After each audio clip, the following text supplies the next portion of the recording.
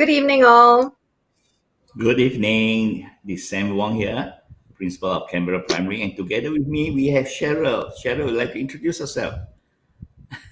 Sure. Hi, everyone. I'm Cheryl. I am a mother of three.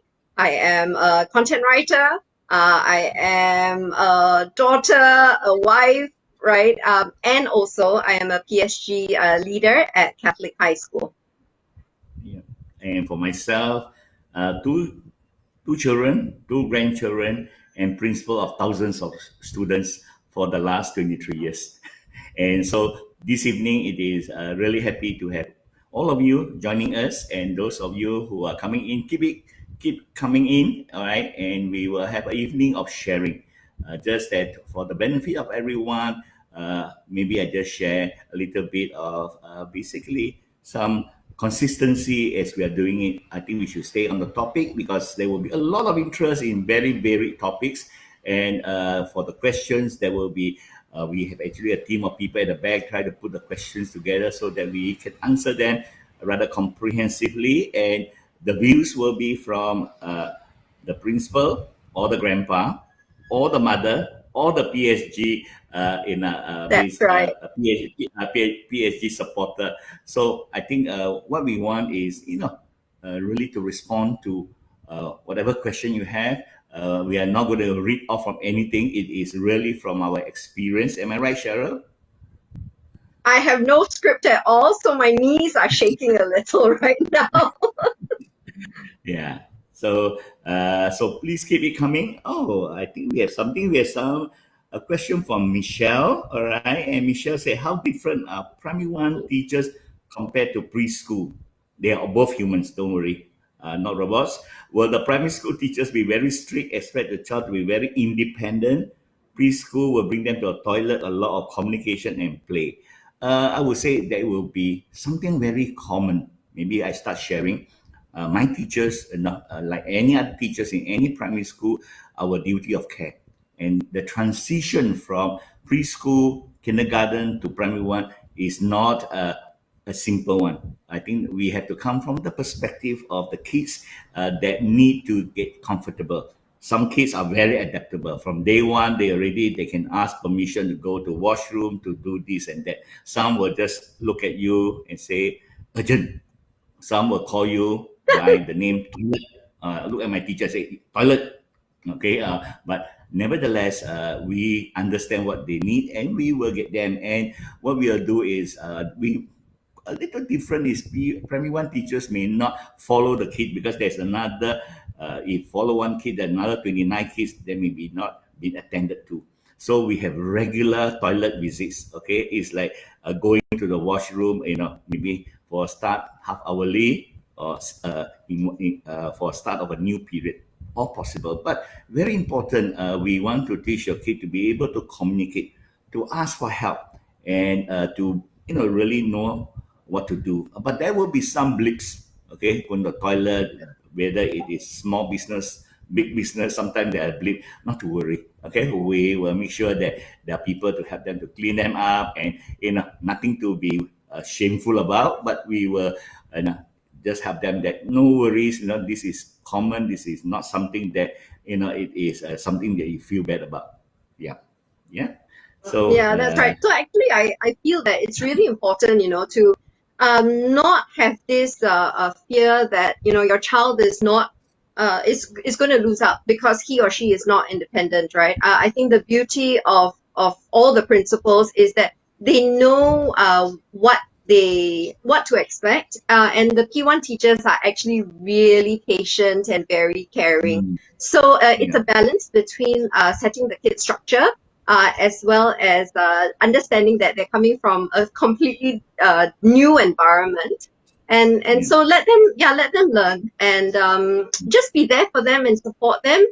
When they get home from school, maybe ask them how their day was and if they remembered how to get to the toilet, if they remembered how to get to class. Really, I think the one thing for me is when I'm in school on the first day, there's always I lost my class, right? I lost my way back to class. And then I asked the child, what class are you in? And then he tells me, I don't know. Right. So I think, Okay. if anything, one of the things that we need to teach the children also is what class they're in. I think that's one of the Yes. first things you must ingrain into them.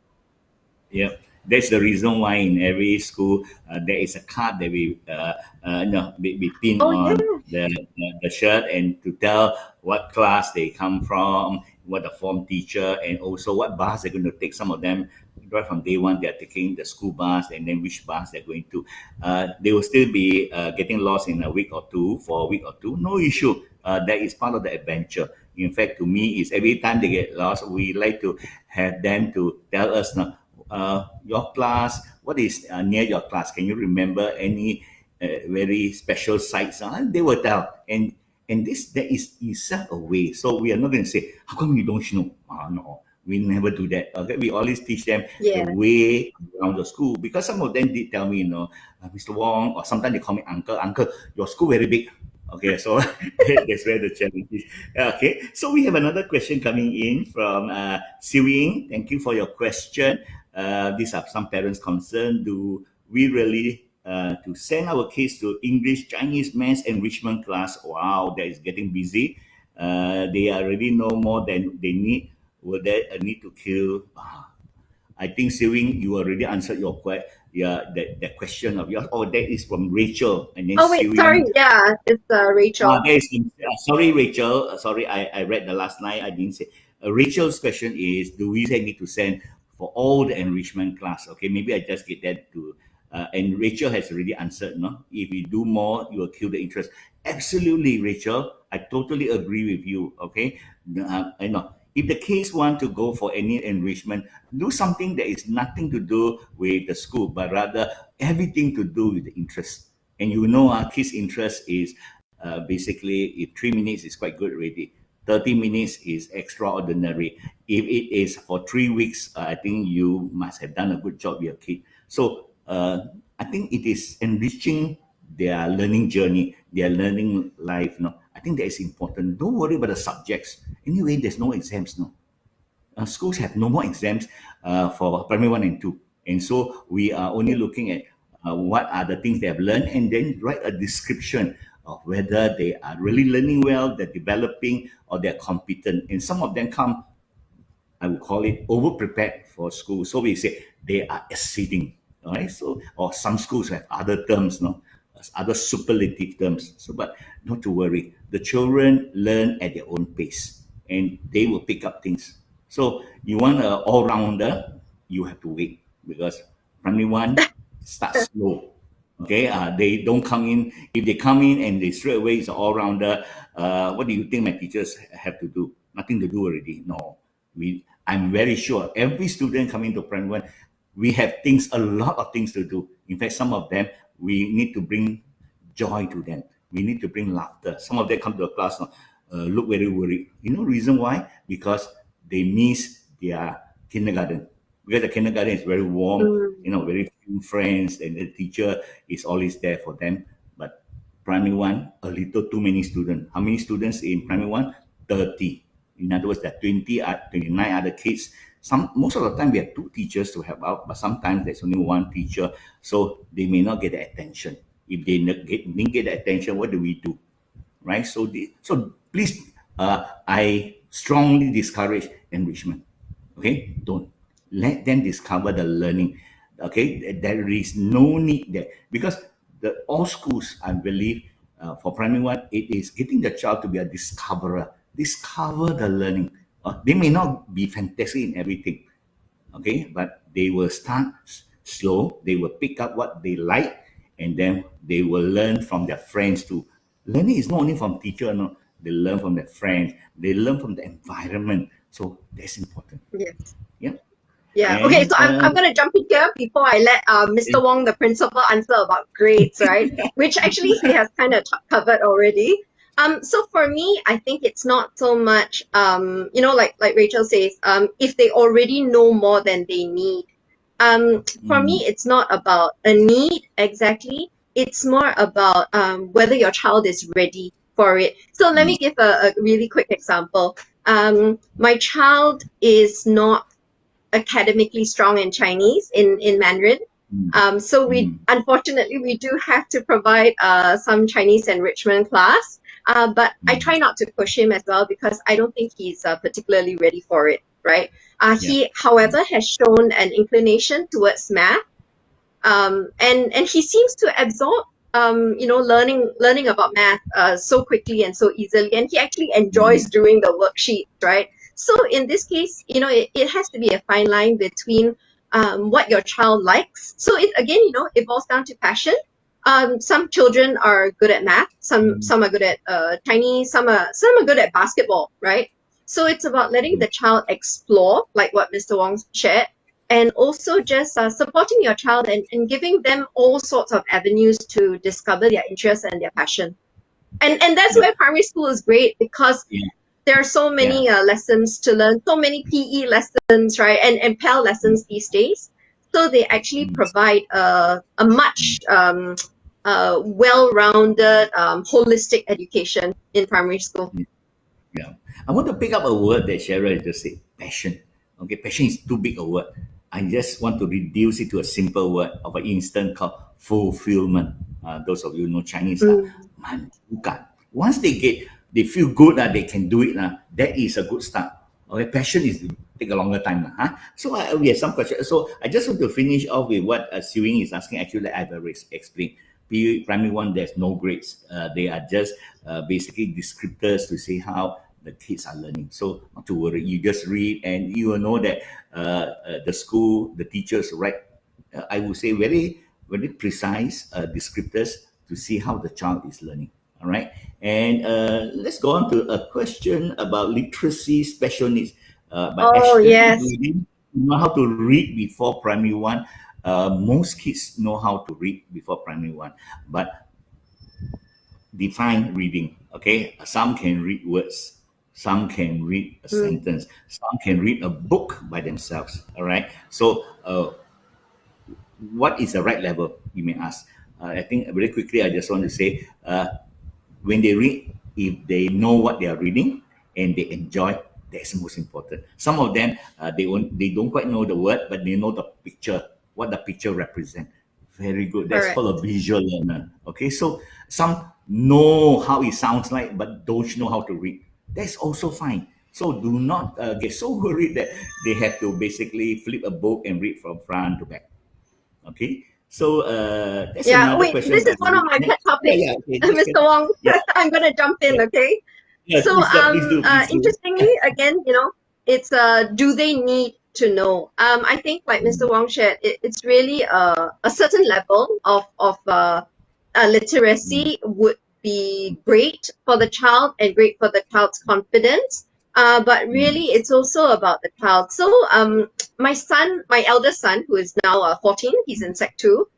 He actually was quite a slow reader, and we didn't understand why. He looked bright, he sounded bright, right?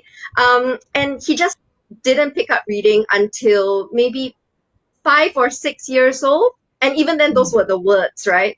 And suddenly it was just a switch for him. So all that worrying from a first-time mom, it was a switch, and he started reading sentences. He started reading books. I can tell you honestly now, he doesn't like reading novels at all. The one thing that he reads can be engineering textbooks, medical textbooks, right?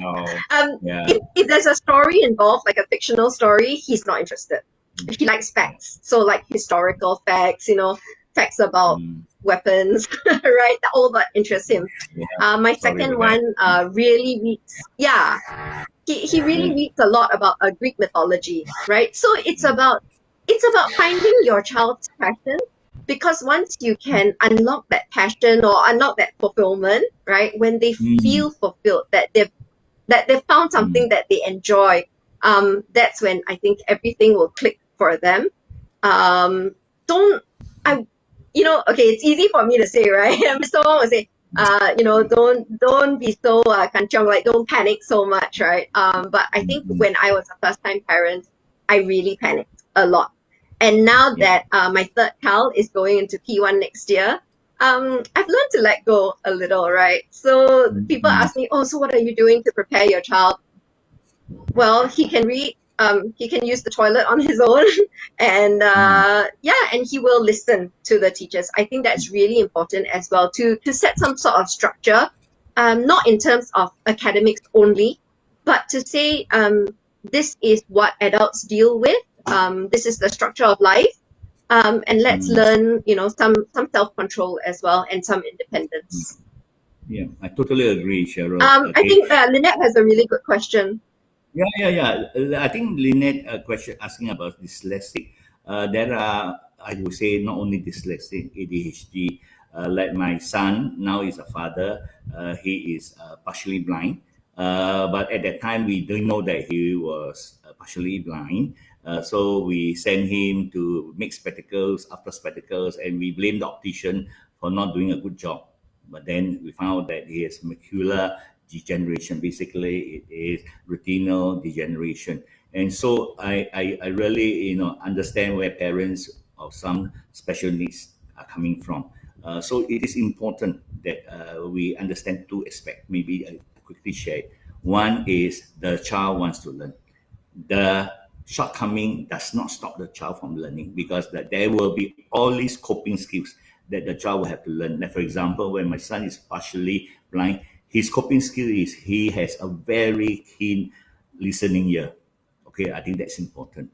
So for some kids who basically, have a very not very hyper in their state, they sometimes can think very fast.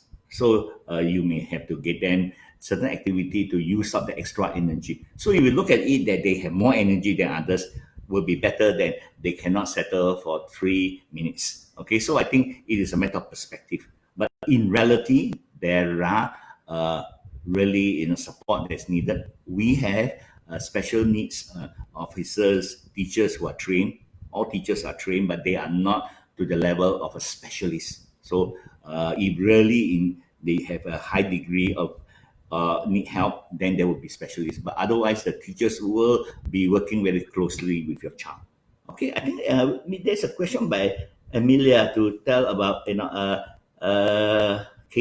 entering K2. She tells me that her friends know how to read words and she can't.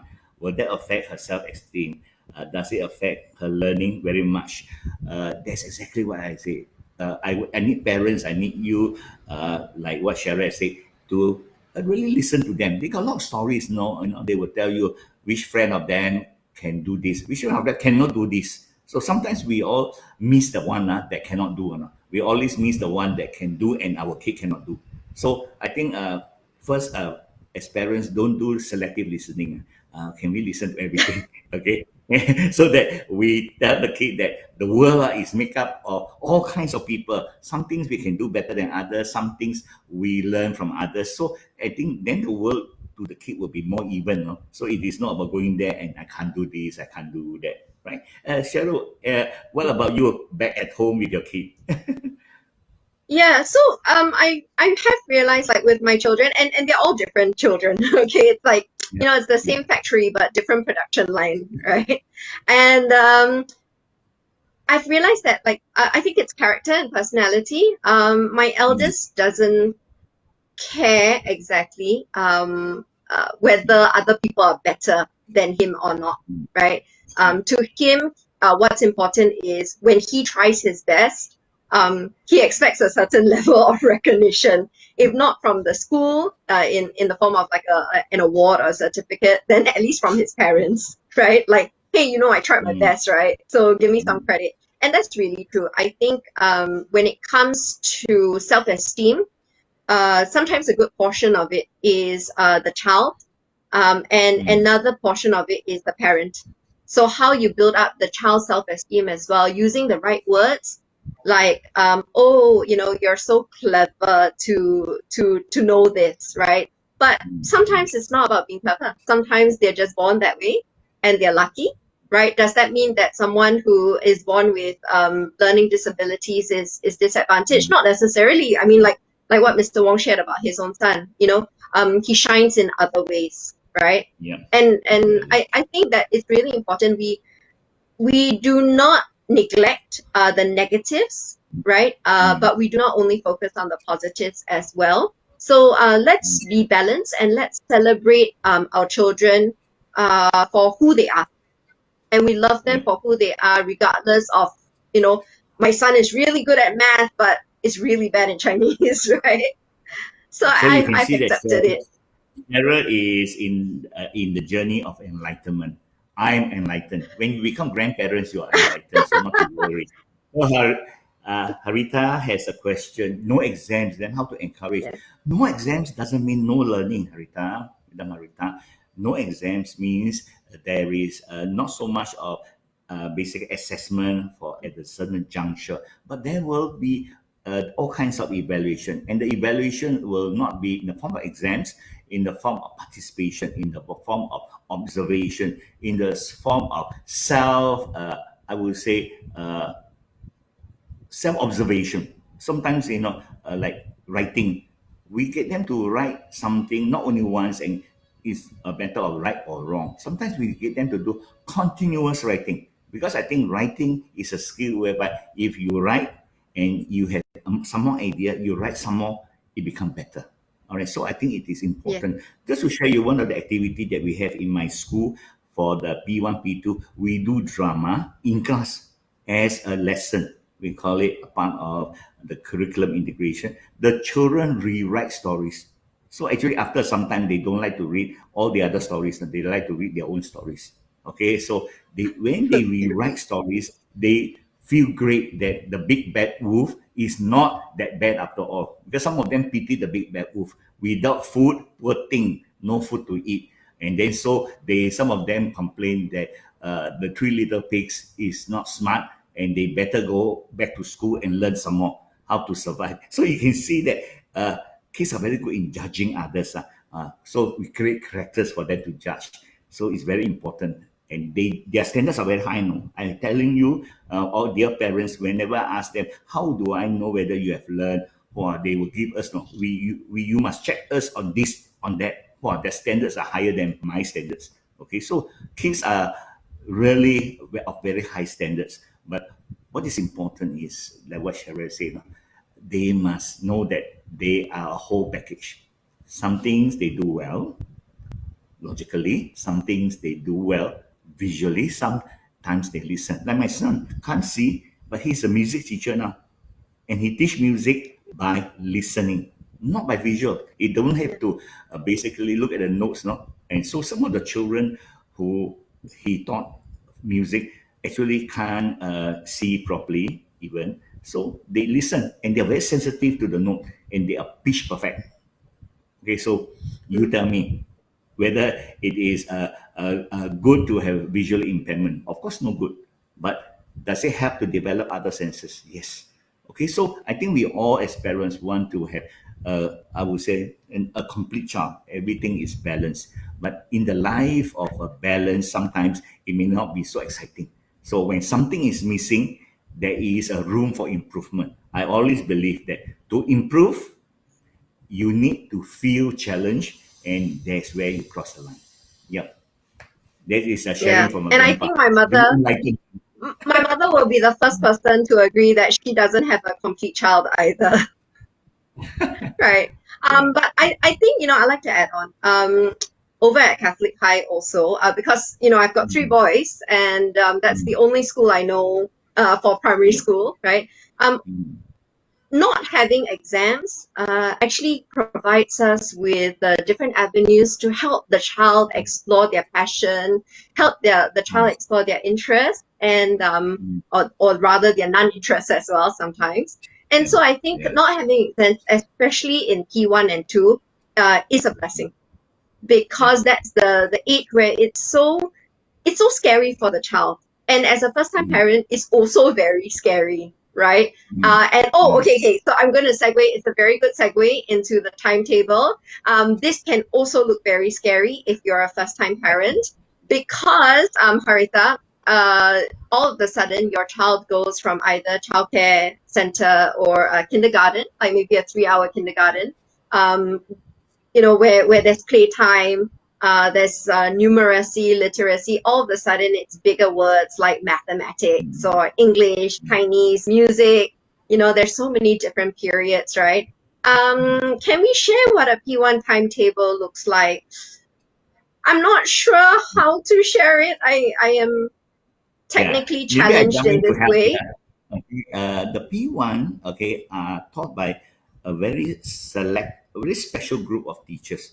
Okay, I think not every teacher can straight away become a P1 teacher. Don't think that P1 is very simple. No, it is a teacher that has a lot of, I would say, patience, a lot of, I would say, heart, to and also the way, the tone of voice. So there's a lot of elements. So if you are to be my teacher, it is the hardest to be a P1 teacher because I am very careful about P1 teachers. Okay, so the heart must be worn in, not only inside but outside also. How the timetable look like? The form teacher actually teach quite a number of the subjects. Okay, so most of the time are spent with the form teacher. Then, other than the form teacher, they will also have the mother tongue teachers where they are not in the same class group. This is to allow for some intermixing. Okay, of course, sports, music, where they sometimes do in class. Nowadays, class they have sing, they can do art there. But most of the time, we also want them to have a new environment. We bring them to a studio, music Mm, studio, to have fun. And I think the kids love it. So it is a mix. And the timetable also has something very important. We have snack time. So don't think the kindergarten only have snack time. We have snack time because the kids, we notice once they reach 11 something to 12, they are very hungry. Okay, so we want to make sure that their hunger pangs. So we ask them bring food that you like, but of course, we don't want messy food in the classroom, and then or too much sugary stuff. So we actually use that as a learning point for the kid to know what they can bring. Of course, certain days they mm, bring things from home for show and tell. Okay, but not all their toys. I know some of them have a museum, has a collection, so we really don't want to load their bag. But they bring the one that they like most, and they will have a lot of things to talk about. So it's not about the most expensive toy. Some of them bring their favorite toy that has been with them since when they were 3 years old. Of course, that one is not shareable because they see it as very private. But we want them to understand that there is a lot of sameness and some difference between each person. Okay, so you will notice that some of them, their favorite is a book. Some of them, their favorite is a certain animal toy, or So some of them, really amaze us with the kind of things that they like, and so we ask them to come around. So I just want to jump quickly to the question before in terms of no exams, then how?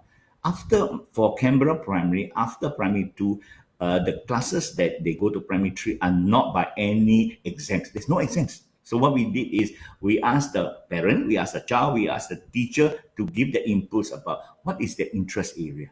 So in Canberra, for Primary 3, we have 4 interest area: language, reasoning, art, and oh, sports. wow. So they choose, and there are only 2 objectives. One objective is they go and find an interest, and they have time, and we have dedicated time. After school we get all the experts, and they can have their class. But the second one is very important. Find a friend that can enjoy the interest with you. That's all. There's a 2 objectives. Mm, Otherwise, primary 3, primary 4, they learn the same thing for each class. So there is no difference in each of the class. So it's wonderful. Of course, they say, what about primary 5 and 6? Of course, primary 5 and 6, there is orientation for secondary school. We want to bring them back to prepare for PSLE. That's fine. So at least they got 1-2 years of discovery, another 2 years of interest-based learning, another 2 years of building up their capacity for the secondary school. So it's quite balanced. Okay, so I just want to share with yeah, you I really my like that. experience. Yeah, yeah, Yeah. yeah. Okay, Sorry, before we Ira. move on to the next question, I like to share something. And if I don't Okay. share it now, chances I'll forget. Right? But I think it's really important that journeying into P1 as a mother, Mm, right? I would strongly advise you to maybe start a recording of this journey. mm, I think yeah. sometimes when I look back, especially when my child hits certain milestones, like graduating from P6, I frantically searched my photo album looking for that photo when he was in P1 orientation, the first day of school for P1.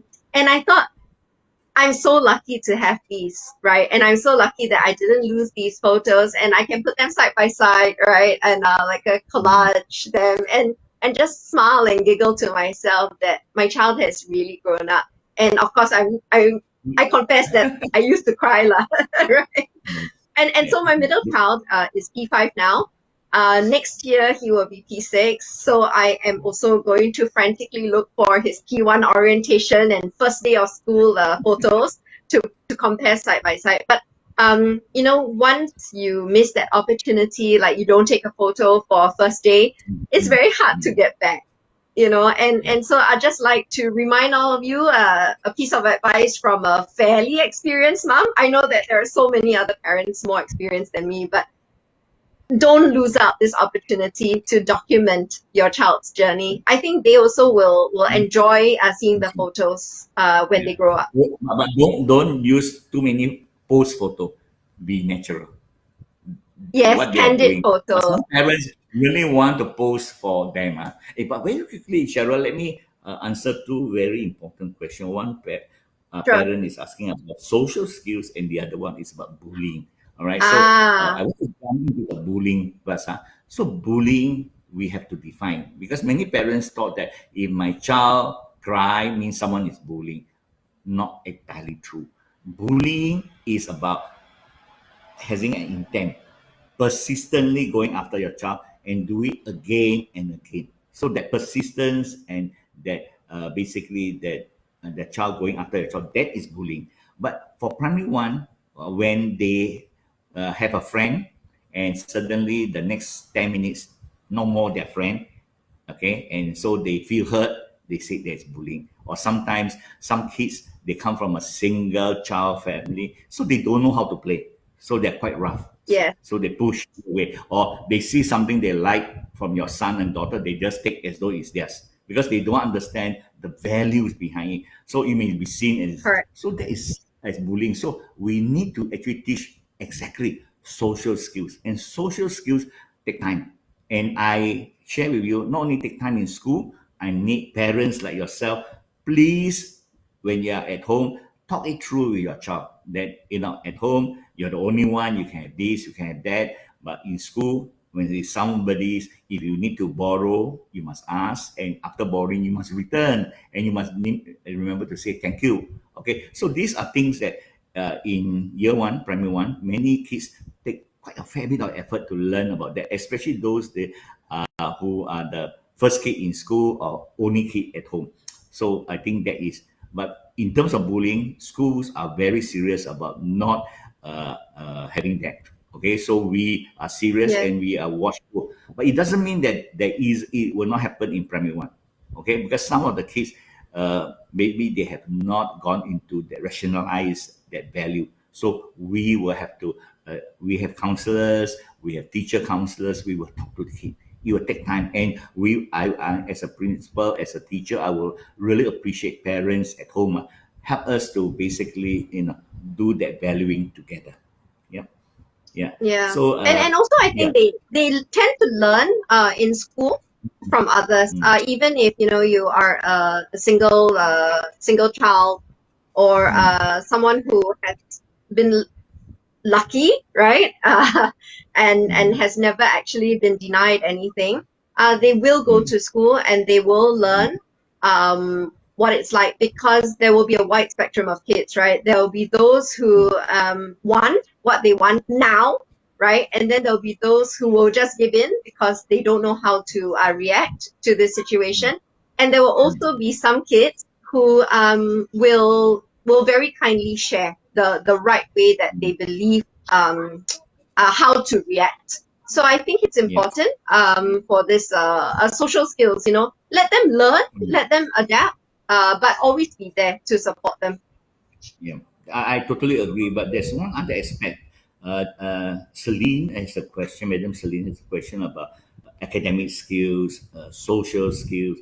how to familiarize in a bigger context. I know that is important, but before I go into that, that is something that I think all parents, I want to say that the kids are learning very well at home. So if at home somebody shout at someone and there is a only mode to impress upon something they want, they will think that in school I shout, I get what I want. So including vocab. So parents, please be careful about the vocab that you use. You may use adult vocab and the kids pick it up, and we were shocked by the kind of vocab they have. Of course, not in terms of how strong is the vocabulary, but how inappropriate is the vocab. So I think I want to say that I need your help on that. Any school your child go to, there is a need to understand that the kids bring along to the school what they learn at home.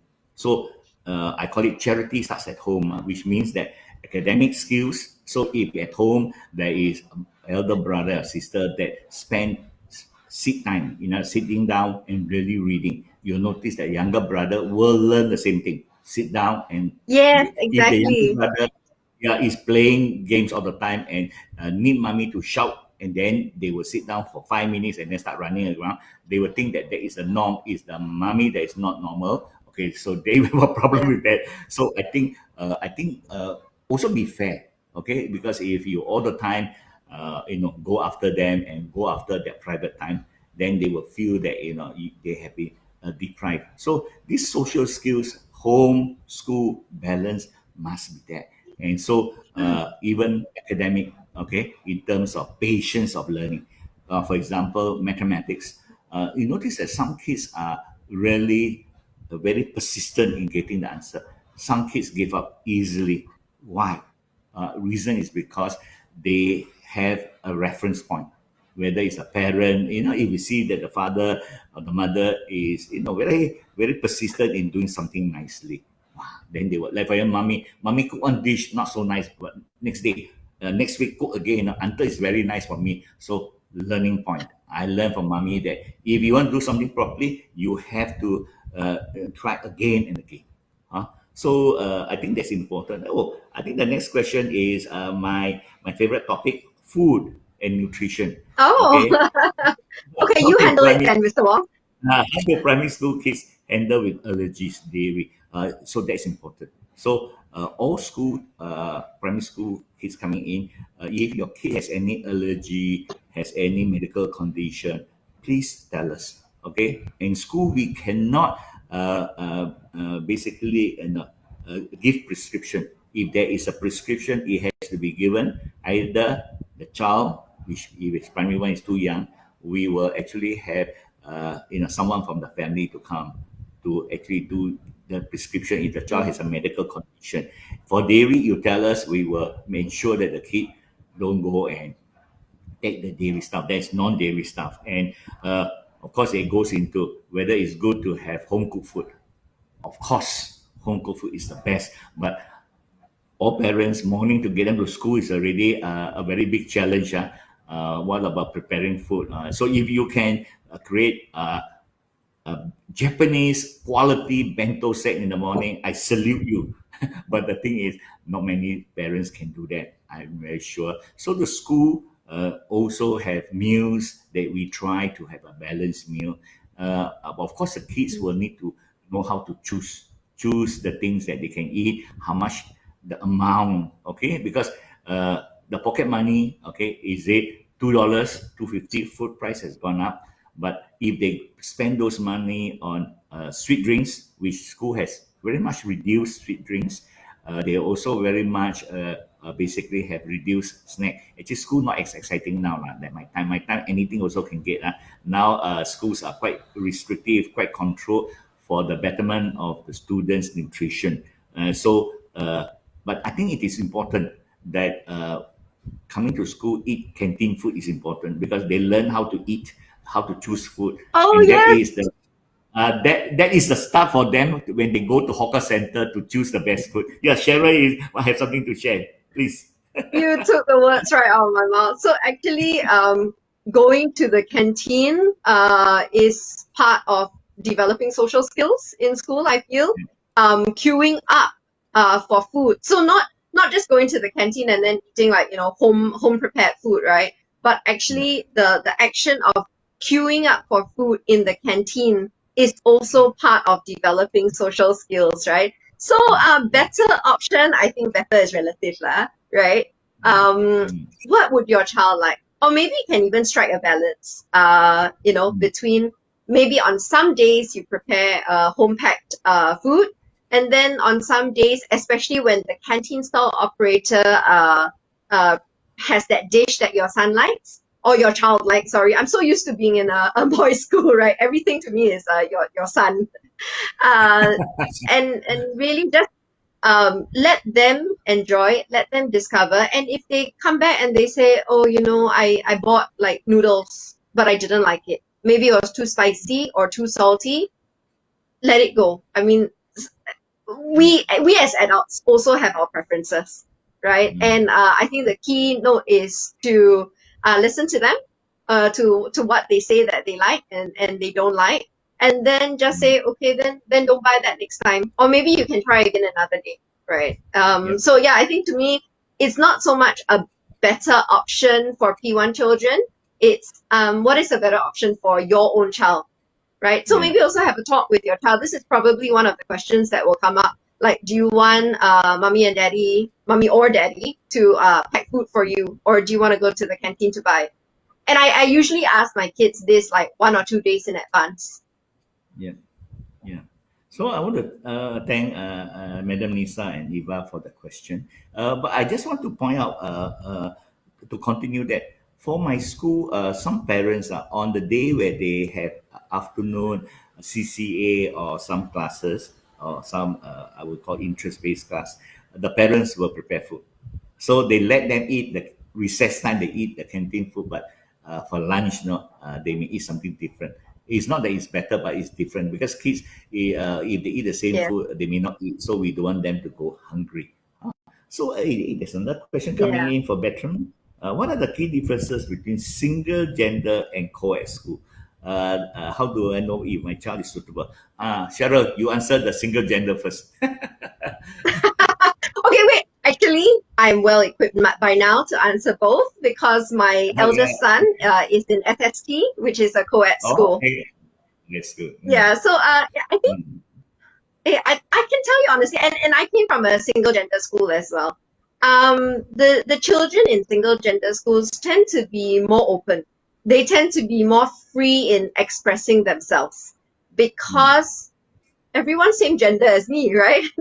There's no need to think of someone else's feelings and emotions, right? And I can tell you honestly, for my child, my eldest son, he went from 6 years in a single gender boys' school, where Mm. he was free to express his opinions, and so did his friends, right? To going Mm. to a co-ed school where he now has a few girls, a handful of girls in his class, and he is more conscious, more aware of how to behave opposite the other gender. But then again, Bertram asks, how do I know if my child is suitable for either, right? Mm. Mm. Well, Okay, so maybe girls, I jump, girls are human. yeah, yeah. But my jump in here is in terms of primary school, huh? Okay, I think secondary school, Mm, they when we go secondary school co-ed, they can handle a little better, okay, because I think there's a certain level of maturity, okay. But for primary school, it all depends, Vikram. If your family has only one boy or two boys, compared to another family has a boy and a girl, they will actually come on to behave a little differently. They will have different coping social skills. But nevertheless, our teachers are very good in bringing them together to tell them what you can do, what you can't do, because I think boys will be boys. Some boys may not know that in a certain close proximity you can't do, okay, because some of the kids at home, they hug and kiss anybody. So in school you can't see the next girl next sitting next to you and hug and kiss, and the next day I will have a complaint about my child has been bullied by this kissing boy. Wow, that is a challenge. So trust me, these are things that social skills that we actually try to get boys and girls to understand. So I think privacy, in terms of certain things that they need, how certain words to use. But words, I think that one is not so much of a challenge because anyway, kind words is the order of the day. We always have them to choose vocabulary, the use the words because a lot of I words in the beginning, and we get them to go to uh, our we words. Okay, so I think the kids Yes, are quite good in indeed. picking up that. Yeah, so I think which school is better? To share with you, I have taught the all boys school when I was a teacher in ACPS. I also have taught in Rosai, which is a mixed school. I have taught in secondary school, which is a mixed school. I run mixed schools, for 23 years. Share with you, they are fine. They are fine. Okay, so they will know how to basically live their school life happily. Okay, but of course, parents must be present to answer some of their concerns, some of their social emotional well-being. Okay, so Yeah. these are things that it needs to run. It needs to basically go into that discussion mode. Yeah, Yeah, yeah, that's right. So it's not so much about whether your child is suitable for either, but really that discussion between you and your child also to prepare them, right? I always tell my boys, I'm a girl, and then they go, no, you're just mommy, right? but yeah, but exactly, I think exactly. right, yeah, you're just mommy, right?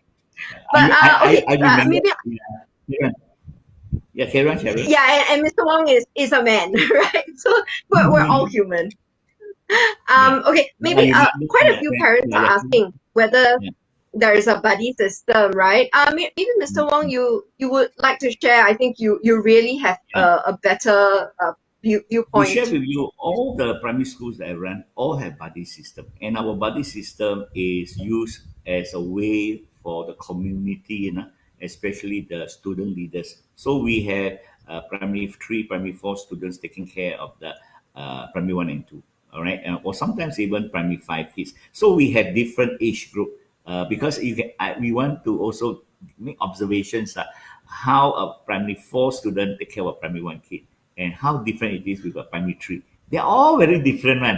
Mm. Okay, so Yeah. basically we want basically them to experience. So not all the time they have the same koko cheche. Sometimes for the beginning of school life they have that, but then later part when there's a certain activity, we bring another level of students so that they have experience with bigger boys and girls, and it is mutual learning for the bigger kids about handling because some of them don't have any siblings at home. Okay.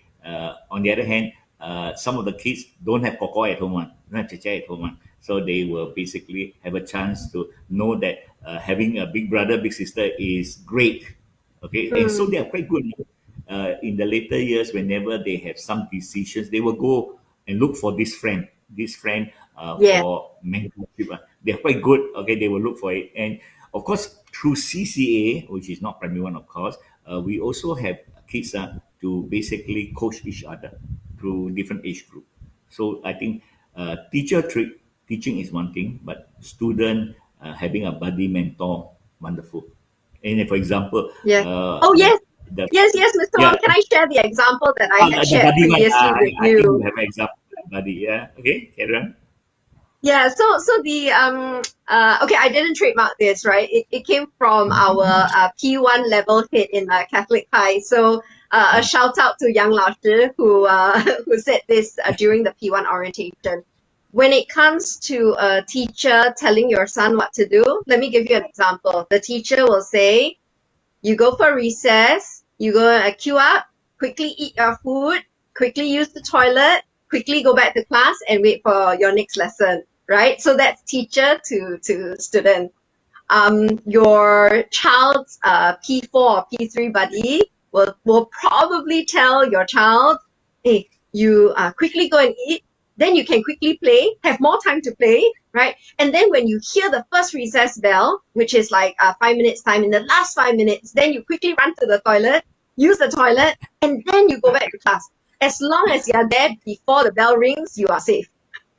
Yeah. right? So I think that That was is a really, okay. really good Okay. point that You know. our Yeah. level hit me, our year hit me, because yeah, it's cute to have other children, senior children leading your child as well, because they get different perspectives of the Yeah. school. Yeah. And in addition to that, the school field is not the only attraction.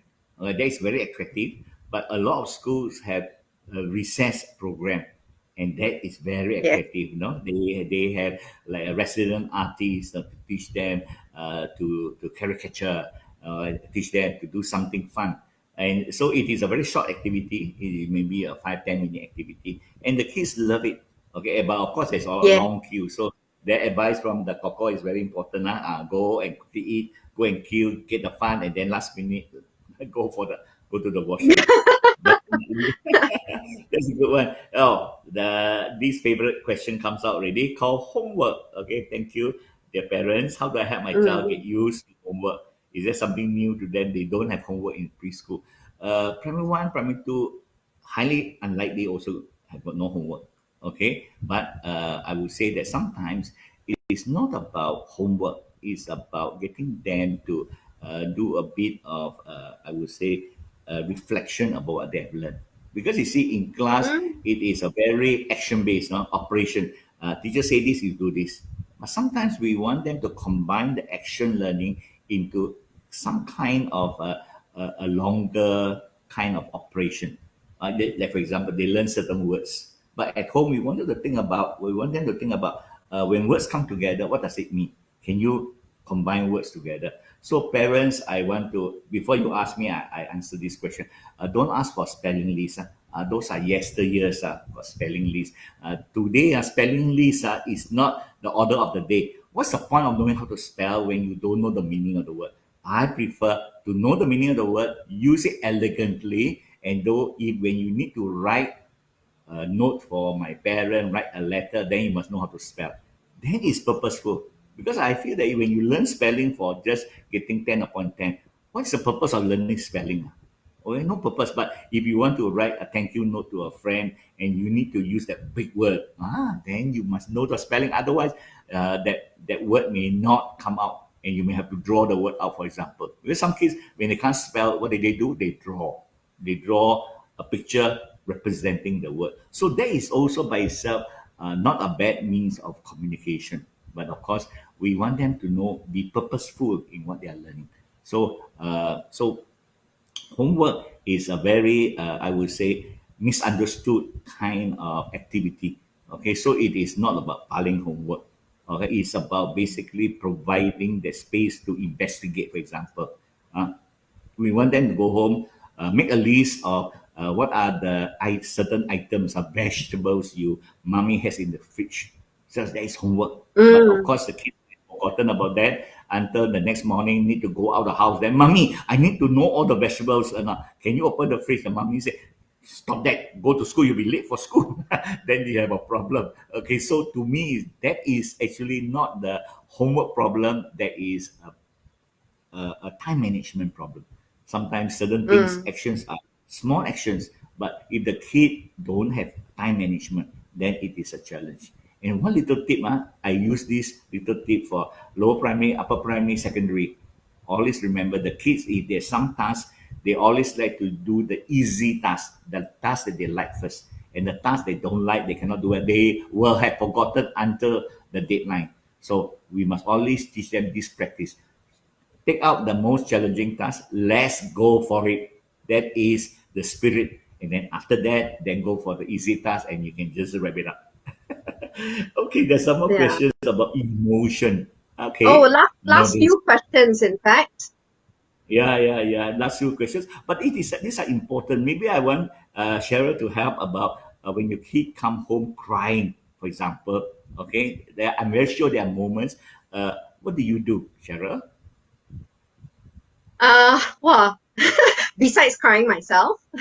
Yeah, So yeah. okay, You it has say. happened before, right? I think I really have to take a step back from myself as a person and Mm, really talk to the child as a mother, right? To say what happened, try to look at it from a very objective point of view instead of rushing to jump to conclusions, right?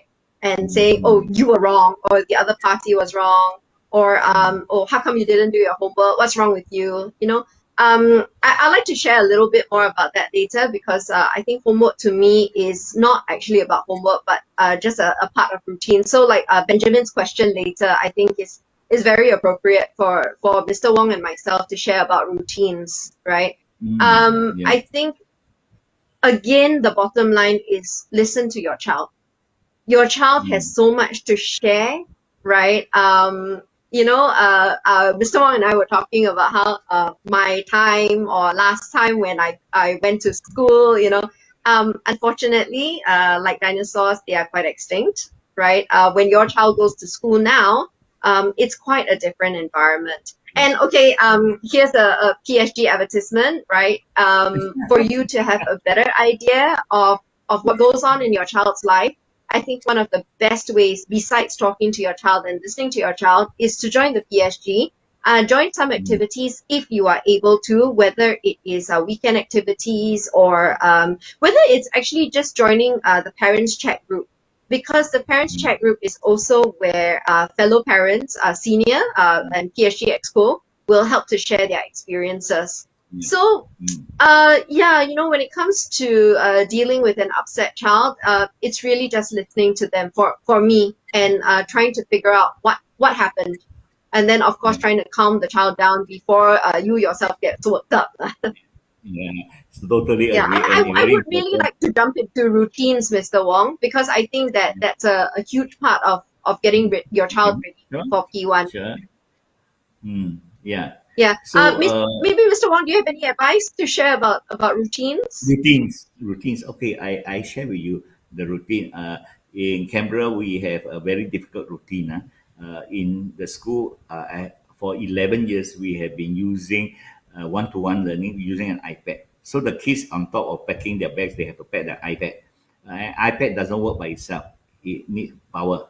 And so one of the routine is they have to charge the iPad because there's no charging allowed in school. So when you come with the iPad without charge means you basically will not be using the learning device.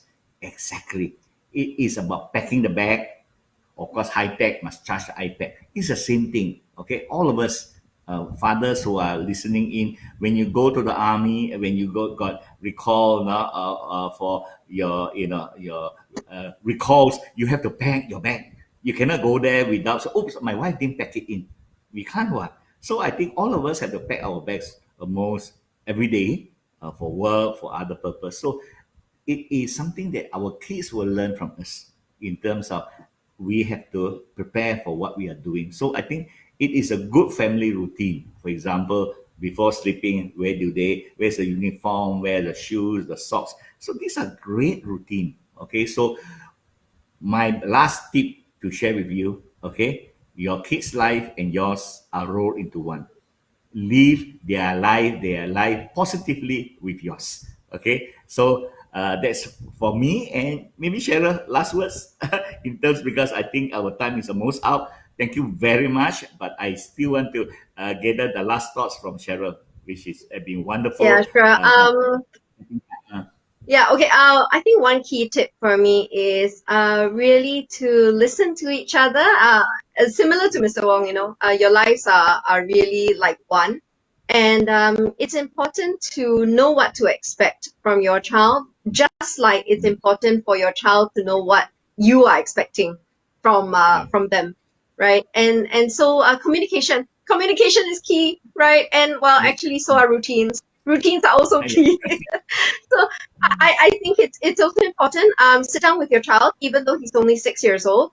It's important to set out some sort of plan and get them, and with communication, you get them to understand what to expect from you, whether it's doing homework before play, or some kids do better when they play before homework, right? So it's all what is the best option for your child, and there is no one size fits all. Okay, so maybe, my tip is there is no one size fits all. Okay, so talk to your child. Talk to your spouse to set the boundaries and to set expectations for each other as well. Primary school is a very big milestone.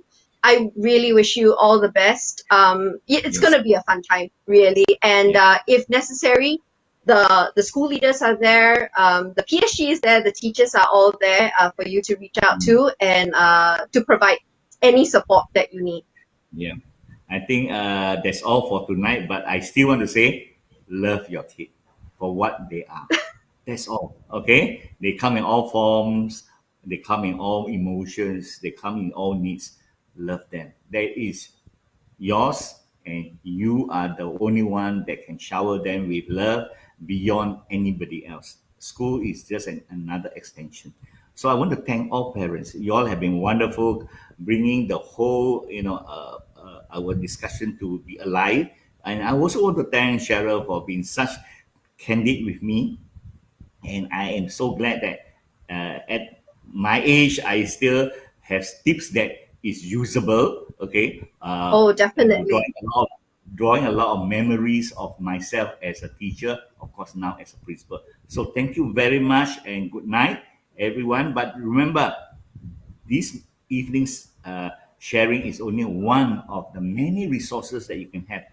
The main resource when you're in the school, with the teachers, with the school, and also go to the MOE website. There's a lot, Yeah. but those are very textual. But read it, discuss about it. If you need some more, I would say, discussion, the schools will always have sessions with parents like yourself. Like most probably next year in the first day of school, okay, there will be some time that you can talk to the teachers. So I wish you all the best. All right, have fun, okay, and if you want to be enlightened when your kid grow up and be a grandpa like me. Thank you and good night. Thank you, everyone. Thank you.